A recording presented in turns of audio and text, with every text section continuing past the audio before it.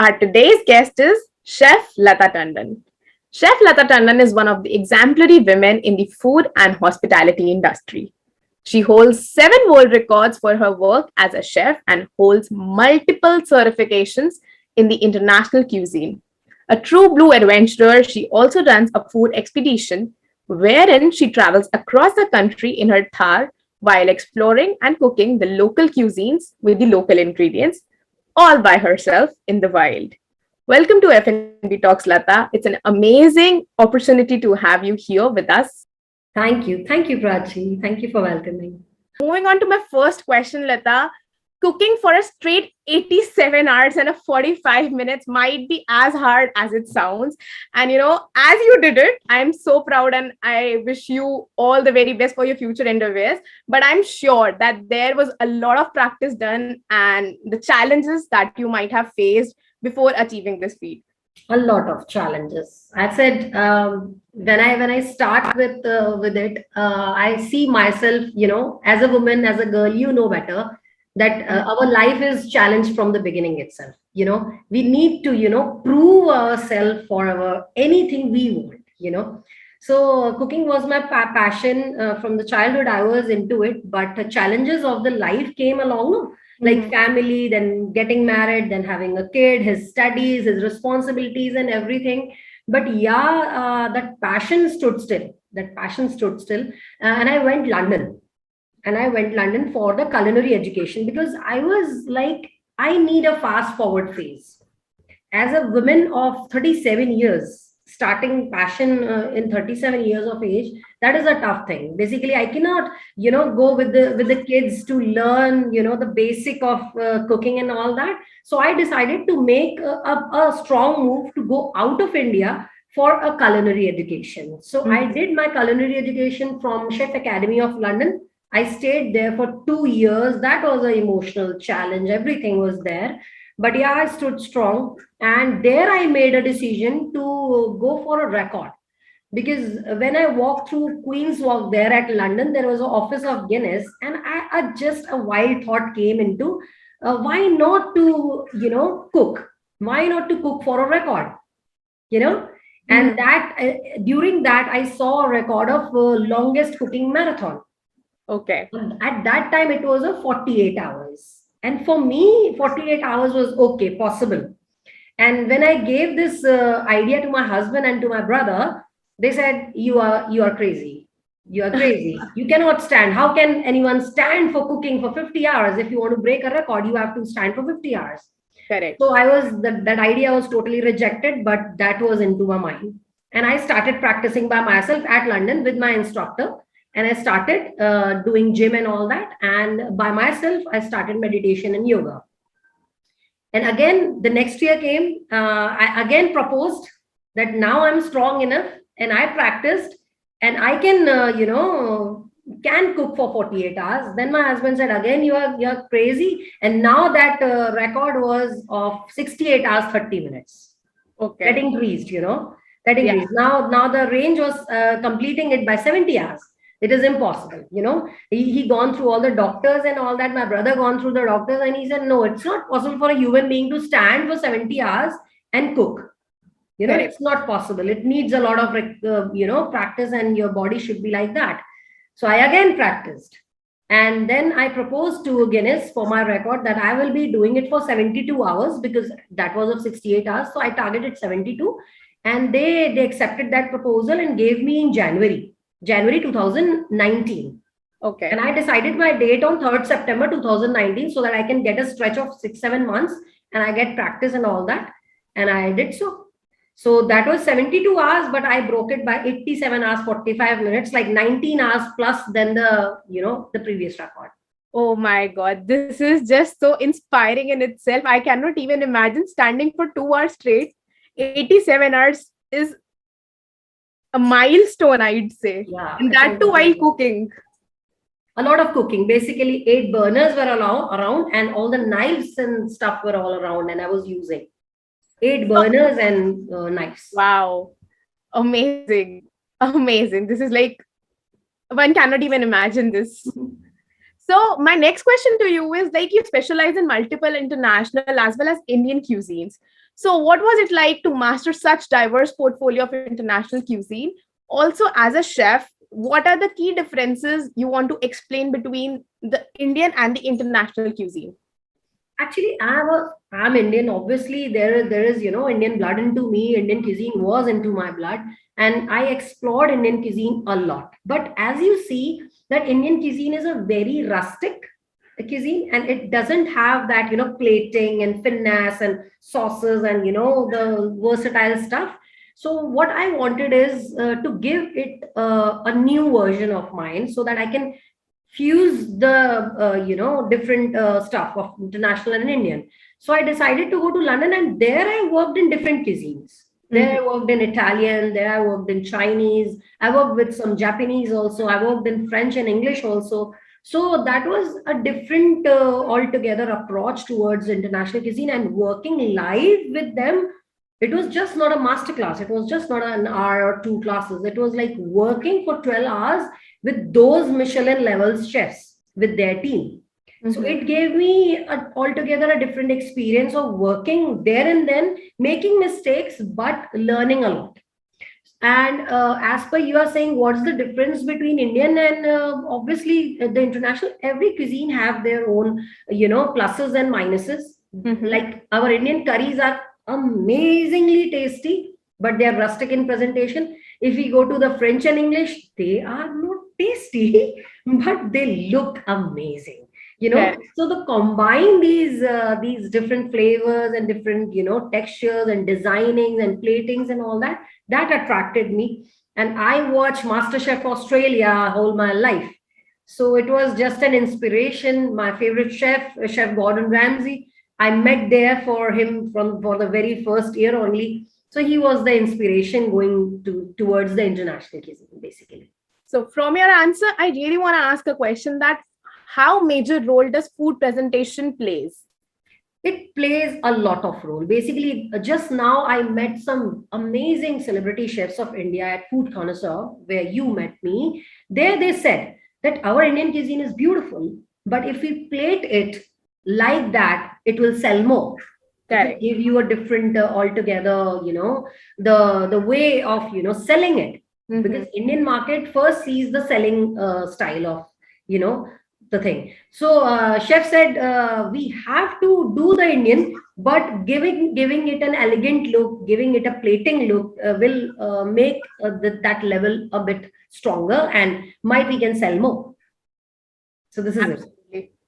So, in your recent interview, you mentioned that your vision is to take unusual hyperlocal ingredients and create dishes Yes. that change the limited perception of the Indian cuisine at a global level. Yes. What do you think about the local ingredients in a cuisine? Also, what are the major key points and key factors one must consider while choosing a perfect ingredient for their recipe? Actually, you as a common person, normal person, and me as a chef, I'm just telling a perception of me as a chef is what we look forward to. We look food at the level of God. Mhm. We look food at the level of God. We know that food should be respected. Every ingredient, every part of the food should be respected. This I get it from my London kitchens. They never waste any part of any vegetable or any meat. Okay. If they use the premium meat for the customers, they use the normal meat for our staff food thing. If we don't use that meat, we put it in the soups and all that, in stocks and all that. We Mhm. never waste anything. At that scenario, I'm saying a chef doesn't want to waste anything. So purpose of our not wasting thing and going not wild about the different set of, if we are not producing avocados, if we are not producing blueberries, why we are doing something with avocados and blueberries? Why?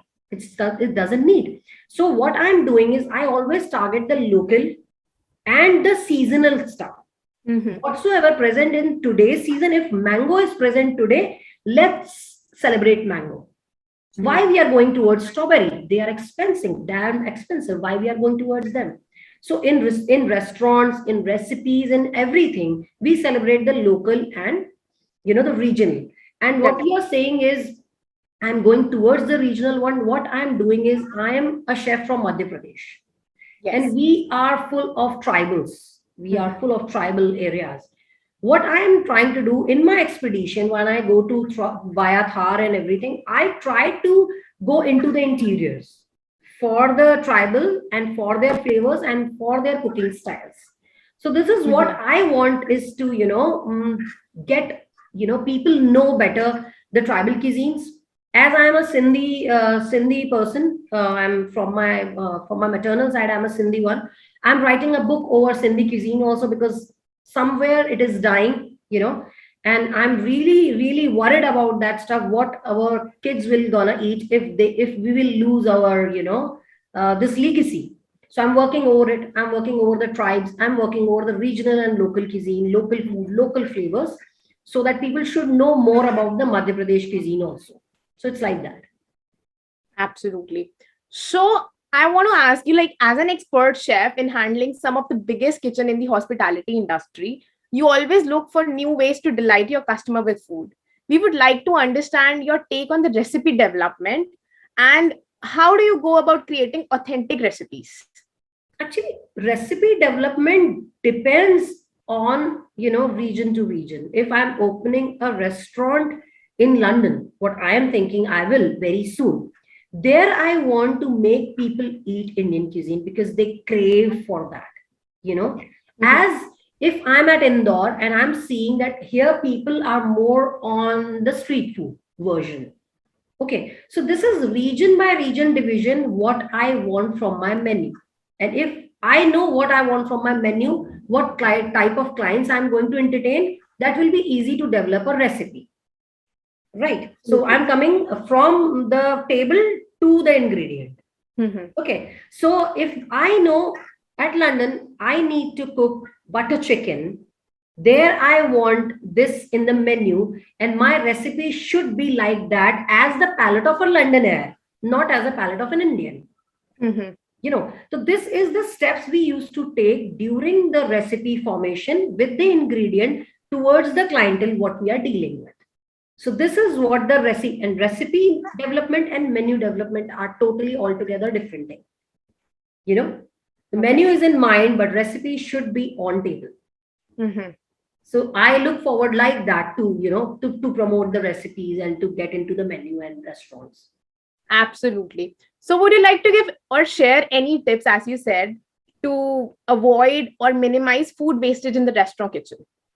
So what I learned from London is obviously no wastage. Our dustbins, like bins, Mhm. what we keep into the kitchen, were targeted to keep as empty as we can. As empty as we can. Okay, this was the target. And this was the target of our head chef, because he makes money from the ingredient incoming regularly. So Mhm. what he wants is to use the maximum, so that if we are having salad leaves, or we are having carrot, anything we are having with it, so what we use is the peels and the leaves go into the stock. The Okay. best part go for the customer, and the rest of it goes for the staff food for the salad purpose. So everything and anything was there on the producer's level. We just finish it in the kitchen. We never waste anything. Never waste. So, now coming to my favorite question, how did you bring food and travel together? And what has been your experience like traveling across the countries as a solo women chef? Actually, I'm a traveler. I'm a very wild one. My marriage and my kid made me a bit milder for some time. They kept me into the cocoon. Ki abhi kuch nahi karna, abhi stay back. You be a mom, be a wife, be a bahu. So I kept myself for some time. Mm-hmm. Decent and elegant and quiet. But I was like that earlier also. I was a traveler. I traveled a lot. I used to drive tractors at the age of, when I was 10 and 12. I used to drive tractors. I was like that kind. So this came along when I started my kitchen here, studio kitchen here. What Mm-hmm. I wanted is, I just want to take food as an adventure. As I do, what I do is take a GoPro, go towards the wild and make a vlog.